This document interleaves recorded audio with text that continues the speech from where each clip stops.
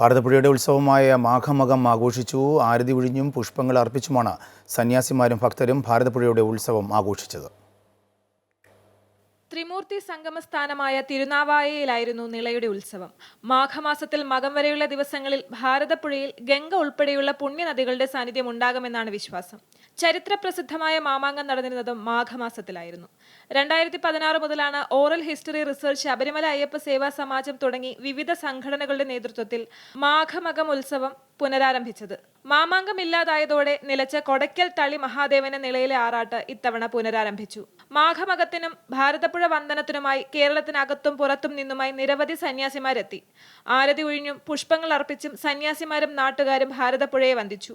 ഉത്സവത്തിന്റെ ഭാഗമായി നടന്ന സന്യാസി സംഗമം കോഴിക്കോട് അമൃതാനന്ദമയി മഠാധിപതി സ്വാമി വിവേകാമൃതാനന്ദപുരി ഉദ്ഘാടനം ചെയ്തു.